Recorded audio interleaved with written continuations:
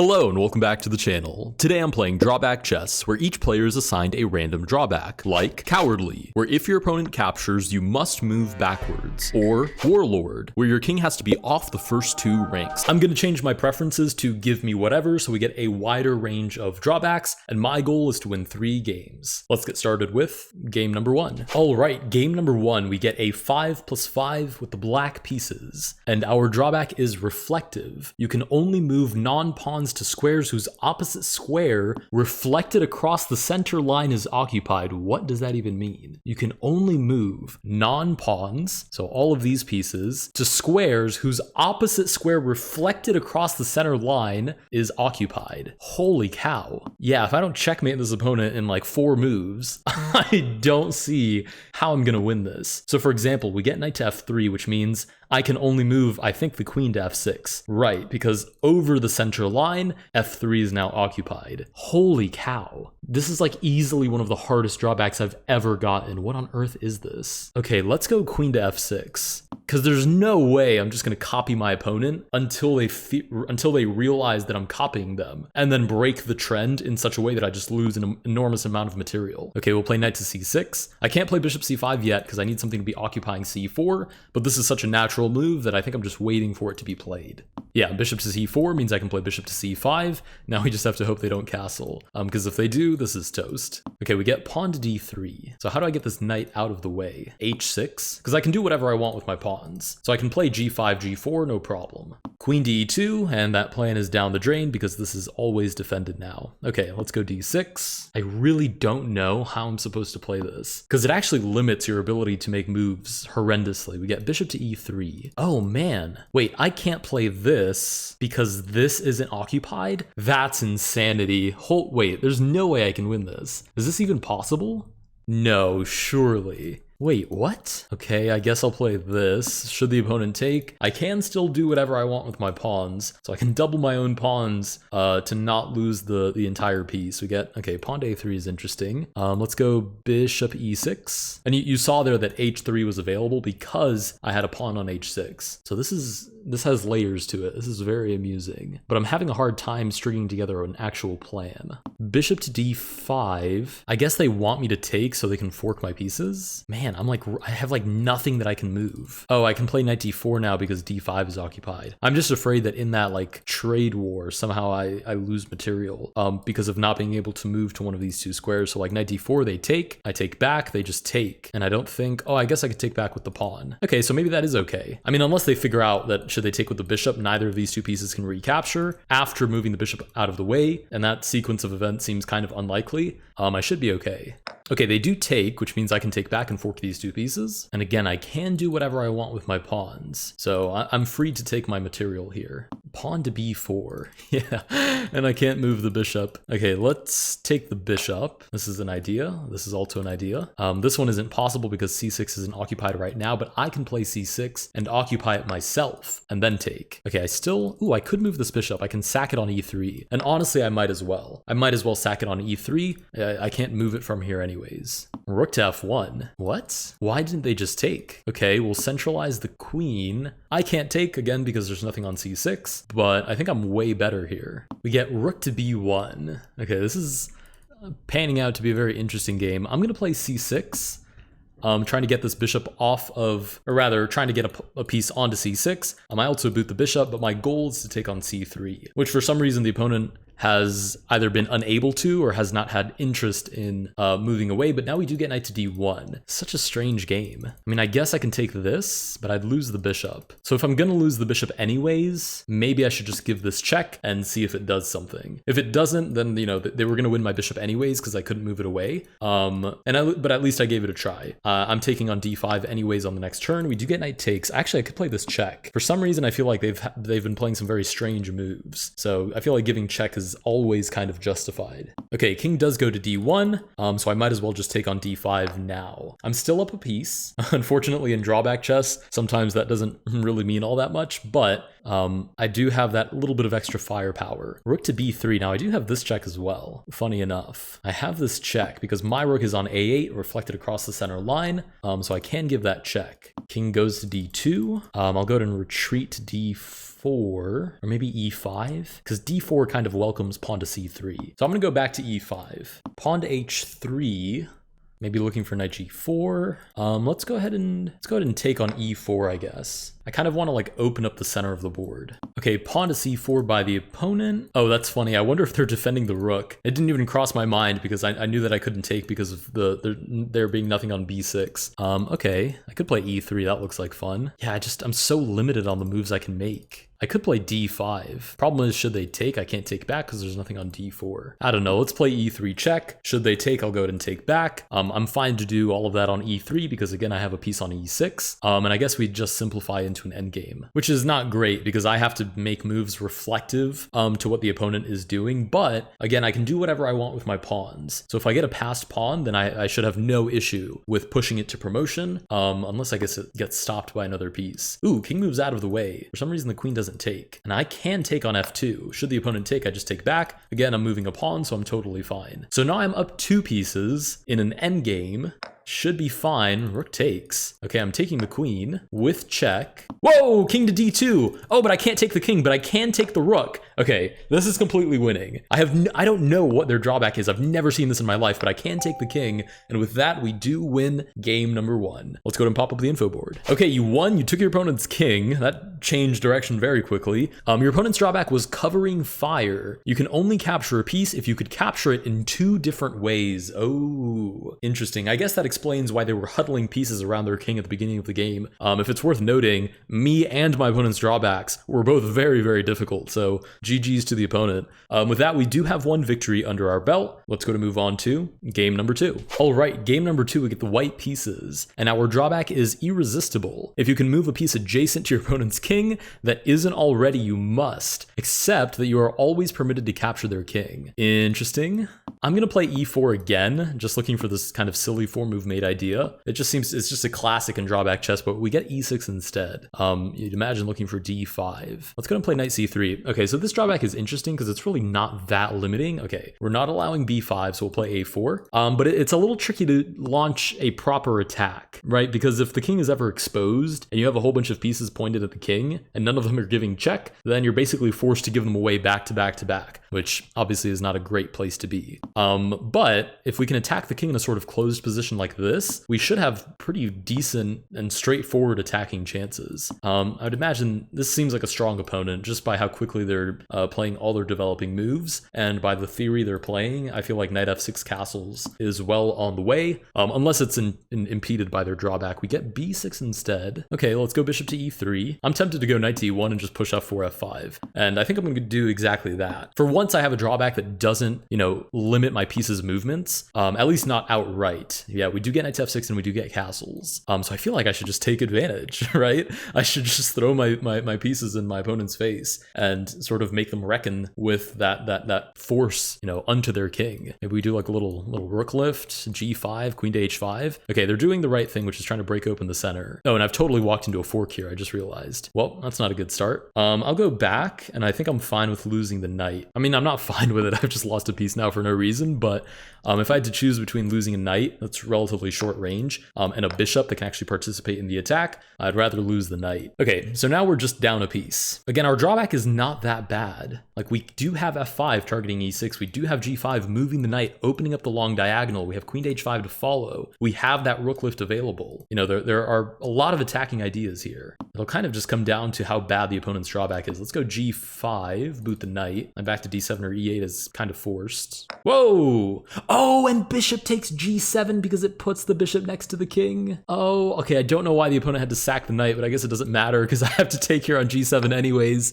Oh my goodness, I forgot about that already. Oh, that's really not good. Yep. Oh my goodness, and g6 to follow? Wow, I did not think this through at all. I mean, with any luck, they take with their king, but no, we get pawn takes, and that attack fell apart pretty quick. Luckily, we do get to take back the knight. I guess e6 is falling, but the problem is then bishop f7 is forced.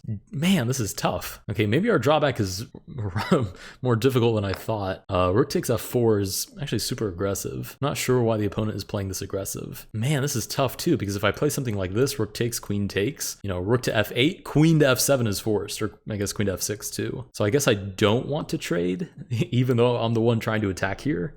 I guess I have to just give them the open file. Yep, which is exactly what they do. They just take it. Yep, this is not great. I mean, this would be a great time to figure out what the opponent's drawback is, but somehow it seems pretty unlikely. Let's go queen to d3. Yeah, we get knight to e5. This is definitely a strong player. They're trying to force all of these trades. And to be honest, I just don't think there's anything I can do about this. Yeah, honestly, at this point, I'm just going to throw the queen into the position and hope that something happens, but I wholeheartedly expect, you know, an entire trade off right here and for them to just come after my king. Oh, not even that. Wow, that's really nice. Check, and they defend the bishop, which forces the king out of the way, which drops the rook, which is basically just force mate. Oh, bishop takes. Oh my goodness. Wow, this opponent's disgusting.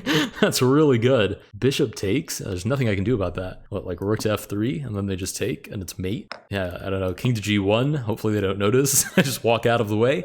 No, with that we do lose game number 2. Let's go ahead and pop up the info board. All right, your opponent's drawback was forward march. Can't move backwards. I feel like I could have sussed that one out, but I just didn't have it fresh in my mind. Yeah, well played to the opponent. With that, we have 1 victory under our belt. Let's go to move on to game number 3. Before we move on, if you want to improve your openings, I recommend checking out the sponsor of this video, chessreps.com, which offers easy step-by-step opening lessons. Drill your opening to climb to the top of the leaderboard or do puzzles that come from real games. Like this puzzle where I can click back to see how we got to this Jobava London position before delivering this nasty fork.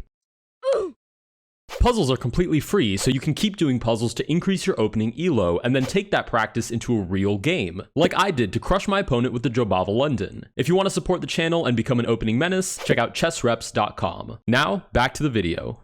All right, game number 3, we get the black pieces, and our drawback is leveling up. You can't capture a piece until you've captured its predecessor in the list, ascending by value of piece. So we have pawn, knight, bishop, rook, queen, and then finally we can take the king. So I actually have every incentive. Okay, have captured nothing.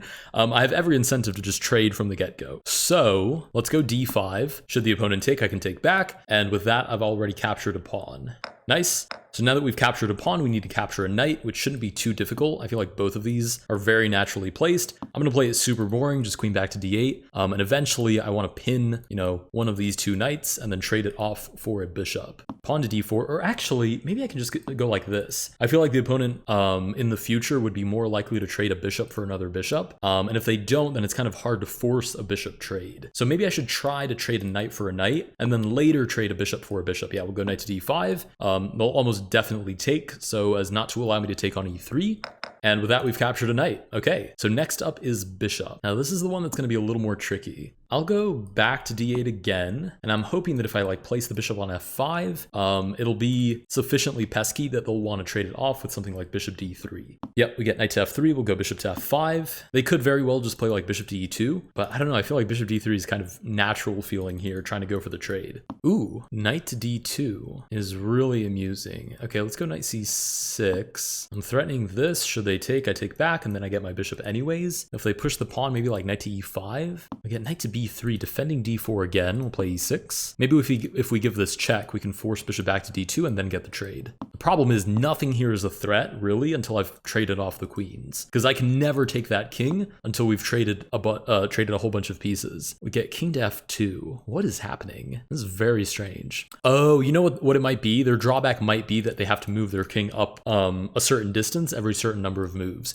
Okay, I'll castle out of the way. Now, the interesting thing is here, if that's not their drawback, then this is all, you know, speculation. But if it is their drawback, in theory, hypothetically, they could do this, and I wouldn't be able to stop them until I've captured a bishop at least. We get pawn to a3 by the opponent. Let's go bishop back to e7. Maybe bishop g5 will entice that bishop trade. So actually, yeah, the more that I think about it, even if that's not their drawback, if they just figure out that I can't do anything until I've traded off each level of piece, they could definitely just do this, and there would be almost nothing that I could do to stop them. But we do get the bishop trade, perfect. So the last 2 that we need are a rook trade and a queen trade, and then we can finally think about actually attacking the king. I feel like if I go a5, they're just going to push past. Let's go here. I can still take, you know, pawns and bishops and knights. So this is actually a concrete threat, or this as well. But I do need to open up a file, like completely open it up, in order to even have the remotest chance of having the rooks see each other. That goes back to b3. I guess queen to f6, more pressure on d4. It's pretty funny because should I take, they take back, I take, they could take with the queen, and again, there's really nothing that I can do. I couldn't take back, but yeah, oh, here comes the king. Okay, it has to be that their king has to advance a certain number of squares every certain number of moves. That's the only explanation for whatever this is. We're gonna give the check, and almost guaranteed I think we're gonna get f4. Oh, never mind, king to f2. Okay, let's do it this way instead. So the king can't advance and we're still targeting d4. They'd have to play something like g3. Oh, that's exactly what they play. All right, well, nice find. I guess we'll go queen back to g5. But again, I really need that rook trade, which means I need an open file at some point. Pawn to b5. Let's go here. let's see if they're willing to take. Let's see if they'll call my bluff on whether or not that's an actual pin. I don't think they will. I think they're gonna let my knight be. We'll probably just go knight back to g6. Actually, now that I think about it, knight to e5 was purely for show. I should have gone back to e7, then f5 to target d4, and then also have support on e3. But okay. We made an artistic choice, I guess. Not to mention, they're down to 30 seconds. I just noticed that as well. Pawn to h4 is a very aggressive move. I think they want me to play here so they can take with tempo on the queen. We'll just move back to e7. 19 seconds for the opponent, queen d2. Oh, I could play this. But should they take, they're going to figure out what my drawback is. The problem is, after knight g6, g4, the bishop is trapped. Actually, maybe I have knight to f4? No, then they play queen e3, they're looking at the knight, and they're also looking at the bishop. Okay, let's just give this check and see what happens. I'm very curious to see if they'll call my bluff. No, okay, king back to g1. Okay, we're in the clear still. Let's go e5. Yep, and then I can get my knight out of danger with a fair trade. Okay, cool. We're sort of back on track. I still haven't opened up my file, though. I need something like e4 or something drastic to force that file open. Or maybe I can just play c6, right? Something has to open up here. Something has to give way. a4, okay, so I can take on d5, and then I just take on d5 with the rook again. 3 seconds for the opponent. I don't know if they're noticing their time. 4 seconds with the increment. Nice, and with that we do flag the opponent to win our second game, which is game number 3. Let's go ahead and pop up the info board. All right, you won. Your opponent ran out of time. Your opponent's drawback was stop stalling. Your pieces can't move laterally. Yeah, I was never gonna guess that. That didn't even remotely cross my mind. But okay, with that we have 2 victories under our belt. Let's go to move on to game number 3. All right, game number, oh, I said game number 3. It's actually game number 4. We get the black pieces against 100, and our drawback is Flatterer. If your opponent moves a pawn, you must move a pawn. If your opponent moves a non-pawn piece, you must move a non-pawn piece. I think we have gotten this one before. Shouldn't be the end of the world. Already thinking towards the end game. Oh, we get a London. That's funny. Already thinking towards the end of the game. Usually you get to a point where the opponent is like running with their king, which would be categorized as a non-pawn piece, and you're chasing, usually you're not chasing their king with a pawn. So you should be able to move your non-pawn piece. They would move their king, which is also a non-pawn piece, so on and so forth until you do get that checkmate. Oh, they moved a pawn. I guess I'll play c6. Bishop to d3 means I can play bishop to g4. The problem is if they move a pawn, then I have to move my bishop. Yikes.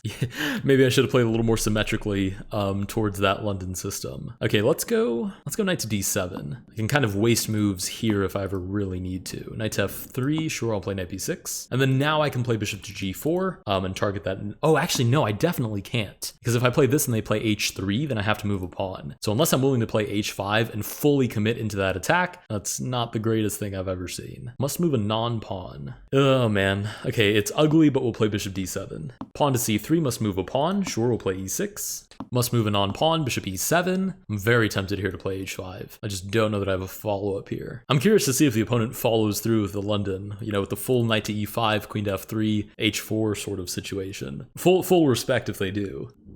Knight to b3, must move a non-pawn. Okay, let's go. It's just tough to waste moves here. Let's go rook to c8. I think the rooks might be my sort of move wasters. Queen to d2, must move a non-pawn again. Yeah, maybe I should just castle. Okay, I'll castle. I was kind of hoping I'd have like h5, h4 at some point. Not to mention I was a little bit afraid of knight to e5, but I just don't think I'm gonna get very far wasting too many moves. Okay, bishop to c2, maybe just lines up the battery and then looks to like remove the knight. Let's go knight c4, target the queen, and we'll see if this is the idea. They move queen back to c1 to defend the pawn. And now we must move a non-pawn piece. It's so tough because I want to play stuff like knight to e4, but should the opponent take, that would be moving a non-pawn piece, which means I cannot take back with a pawn. So I'm not really sure how I'm supposed to set up fair trades here. Oh, I have to move a non-pawn piece. Okay. I don't know, rook to e8, I guess. I feel like I'm kind of playing a waiting game. Let's go ahead and trade some pieces. Why not? I'd much rather play a king and pawn endgame. It would make calculating much easier, and give the opponent fewer options and opportunities to attack me. Queen to d2. Might as well buy some time.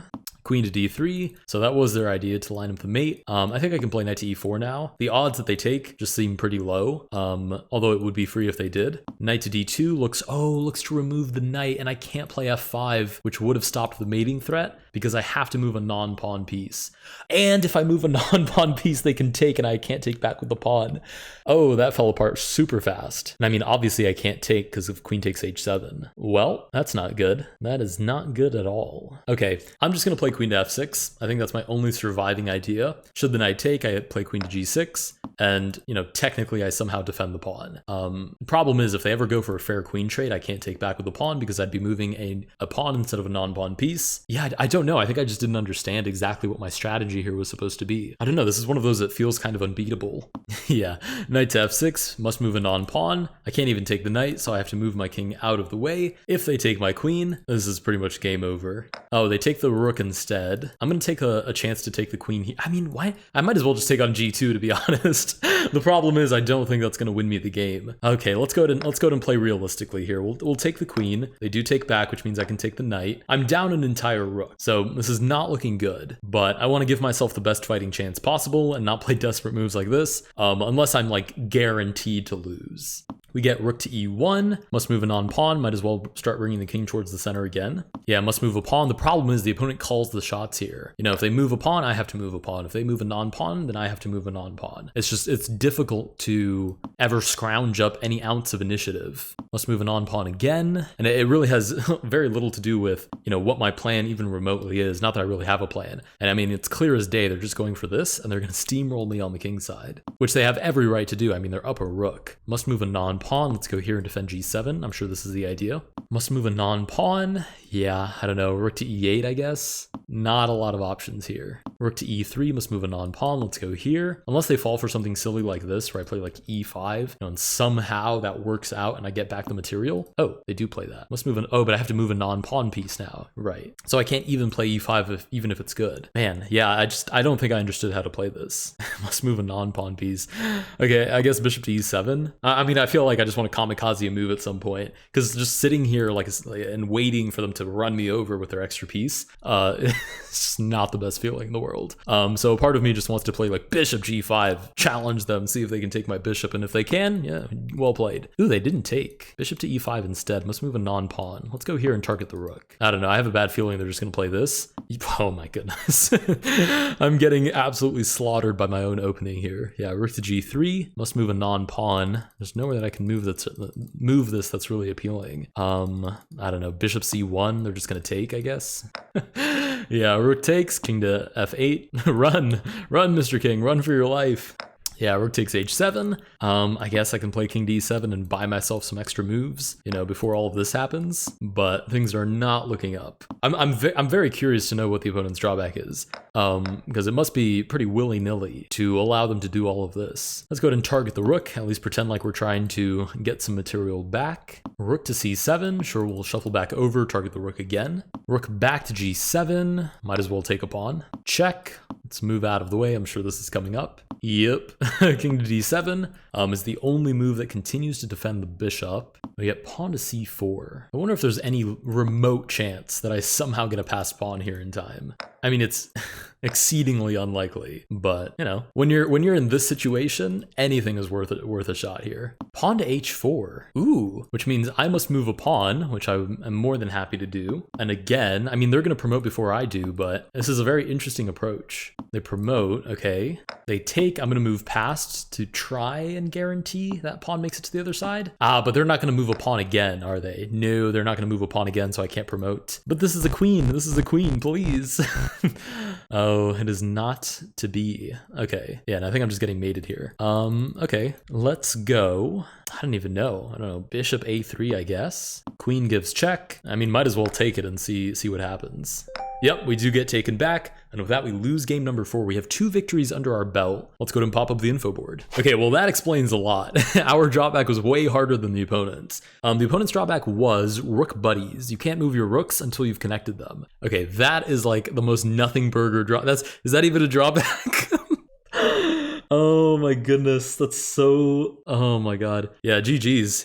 There was no way we were gonna win with that. That's a pretty, because the problem is once they connect their rooks, which is not hard to do, you know, right from the get-go in the opening, they're just playing normal chess for the rest of the game while I figure out my drawback. So yeah, with that we are 2 for 4. Let's go to move on to game number 5. All right, game number 5. Our opponent's name is We Reveal ? Unfortunately, I'm not the biggest fan of revealing. No, they revealed. I won't look. How do I hide it? How do I dismiss? There we go. I won't look at the reveal drawback. Okay, our drawback is whites of their eyes. Your capturing moves must be of distance 2 or less. Oh, I don't think they're gonna play if we don't reveal. This seems like they're gonna abort it because they're just sitting there. Okay, even worse, they're making me sit here, so I'll go ahead and just abort the game. Let's try that again. All right, game number 5, we get the black pieces against you reveal, I reveal. I have no intention of revealing. And our drawback is left to right. Unless you just moved to the rightmost file, you must move to a file to the right of where you last moved. Interesting. And my rightmost file would be the A file. Huh, okay, this will be interesting. We'll play knight to F6. I mean, it's not great because the opponent, you know, in all likelihood will castle kingside, which means that if I want to launch a kingside attack, it's gonna be very difficult if my moves have to trickle down the board like this until I eventually reset on the A file. I play bishop to G5. I'm gonna play A6, and I think what I'm gonna do is just gamble that the opponent won't be able to guess what my drawback is, because I'm gonna play the rook on the A file back and forth as much as need be, in order to reset my movement ability. Let's go ahead and play E6, you know, and if the opponent somehow guesses or has seen this drawback, is familiar with it, what have you, then I'm toast. But if they don't, then maybe I can just sort of shuffle rook back and forth and use that as a way of resetting my drawback. Okay, let's go D5. I mean, in the opening, I'll make the moves that I can that are developing, you know, sort of moving down the board. Ooh, long castles. Ooh, okay, knight C6 is a no-brainer. E4 is a little bit scary. They take. Oh, they take! No, they take, which means I can't take back. No! Must move more right than the C file. Okay. A5 resets my move so I can take back. Yikes. Oh my goodness, that is bad. Queen check. I think they know what my drawback is, which is now I have to move more right than the D file. Okay, A4 loses the king. Wow, that fell apart super fast. Let's go and pop up the info board. Okay, your opponent's drawback was boastful. You lose if you have fewer pieces than your opponent. No concern there. I lost the game in about 9 moves. Let's go to move on to game number 6. All right, game number 6. E4 has been handed to us, and our drawback is Ichthyophobe. Oh, it's this one again. You can't make the move that Stockfish would make, so I can't play E4. No worries. I play D4 anyways. All right, so the last time that I got this drawback, I set out to make the point that it wasn't really that hard, because basically you're getting the engine to tell you what the best move is, and then you can just play, you know, what the second best move might be that sort of feeds into that idea, if that makes sense. So I can't play that, which is fine. I'll play bishop to F4. This is, okay, round number 2 of Ichthyophobe. Now, where it gets tricky is if the opponent does something, you know, brazen, like gives away the queen, you can't just take the queen right away. Okay, E3 is apparently the best move, which means now I'll play knight to F3, which I also know has to be a relatively good move because it was the best move on the last turn. We get knight to C6. I still can't play E3. Let's go C3 instead. Just kind of transposing into a London system. I wonder how long. Oh, E3 is going to be the best move for a long time here. Okay, let's go knight D2. The other cool thing is that this drawback is, as far as I can tell, almost impossible for the opponent to detect. Okay, we can't play bishop to G3, but I can take. Oh, our opponent revealed their drawback. Okay, I'm going to dismiss it because I have no interest in showing them that I can't make the best move. Because the problem with something like that is that, you know, if they play something totally insane like this, oh, that's why they revealed, because for some reason they can't take back. Okay, so for example, right now I can't play bishop to A3 because that's the best Stockfish move, but I can definitely play something like bishop G3. But the reason I didn't want to reveal my drawback there, especially not because they did it just out of desperation, was because if they do figure me out and play something like totally random like this, I can't play the best Stockfish move, which would in every 10 out of 10 times be to take back the free piece. We get rook to e8. Again, I can't play rook to e3, but I can play knight to e5, and I'm not concerned about them taking because Stockfish can only pick one move, which is either this or this. Stockfish thinks it's better to take with the pawn. No worries, I'll take with the bishop. King shuffles over to e7. I'm going to take here on f6. I don't know why they had problems with taking this, but I'm going to assume they're going to have issues with taking this as well. Okay, king comes out to play king to f6. Let's just go for it, f4. I mean, this can't be the best move forever, right? So why not try and mount an attack? Okay, now it's not the best move, so now I can play it. For whatever reason, knight to f3 was the best move, but as you can see, now it's obsessed with knight to f3, which means I can make all sorts of other moves. Can't castle, which is totally fine. Didn't really want to anyways. I just want to go for this attack. Pawn to f5, can't play h5. Man, I guess I have some darn good ideas. We'll play g4 instead. Still looking to break open that pawn structure. Pawn to b6, this is still the best move. Let's take a moment and play queen to e2, and then maybe we can have long castles. Ooh, long castles is now the best move, so now we can definitely push. Can't play long castles still, which is fine. I think I can win this attack without castling. So I'm gonna take here, and if it ever comes to a point where like I want to take and Stockfish also wants to take, can't play rook to h3. Why on earth is that the best? Oh, is it like defending e3? Okay, I'm gonna take a moment to castle alongside. I have no idea why it wants me to defend e3, to be honest. But for some reason, Stockfish thinks that's the best move, and we've now entered the stage of Stockfish seeing incredibly deep ideas that I don't even have the slightest clue, the meaning behind, but it allows me to continue with my attack. Oh, look at that, I even drew the arrow, but can't play that because it's the best move, so we'll take instead. Whoa, they take with the king. Okay, this is great. Now we'll put the rook on the open file, and you can kind of see where I'm coming from now when I say that you just play something slightly different, and then eventually you can make the best move anyways, which Stockfish has now confirmed for you is the best move. Okay, we can't play this because it wins the queen, and that's too good of a move, and Stockfish likes it. So let's go queen to h5. We're threatening this, we're threatening g5, we're threatening h7. When you have 10 million different threats, Stockfish can only pick one to be the best, and then you can just play something completely different. Oh, if the opponent takes, I can't take back because that's the best Stockfish move. Oh, thank goodness they didn't take. Oh my goodness. Ooh, total brain fart there. We get king d7 luckily. Okay, let's play rook to g7 with check. That we have to be careful of too, because Stockfish is going to tell us that the best move is to capture the king, or to recapture if the king sacks itself or something like that. So we have to be careful that we don't walk into that. King to d8. So this is the best move now, which means I should be able to just take rook to e1.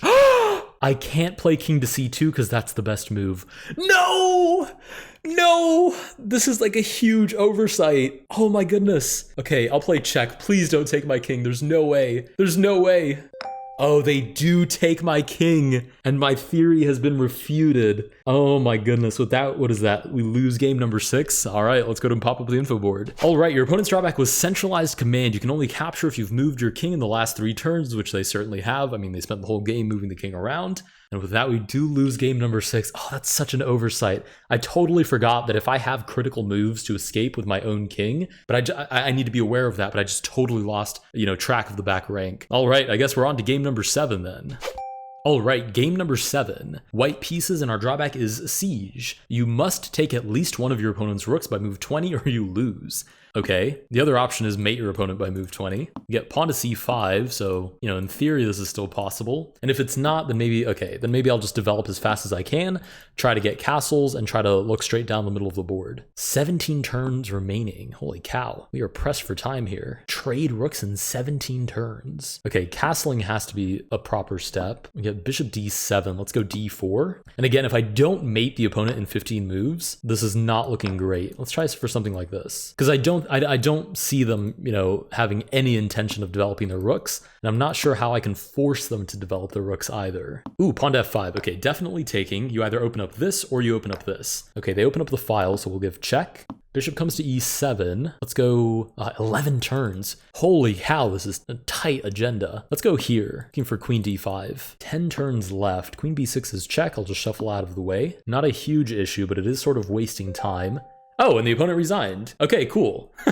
I'll take the victory where I can get it. Let's go ahead and pop up the info board. Okay, you won because your opponent resigned. Your opponent's drawback was peons first. Can't move pieces that are one square behind one of your pawns. I'm honestly not sure why that's grounds for resignation, but I will admit, if they didn't know that we only had 9 turns left, and if we didn't have 9 turns left, that attack would have been completely devastating. With that, we do win a total of 3 games. If you guys did enjoy this video, please consider liking and subscribing. Let me know down below if there are any other variations of drawback chess that I should attempt, like revealing my drawback. I also thought about playing the easier drawbacks to explore those because we really haven't played those all that often. Let me know down in the comments below, and I will see you guys in the next one.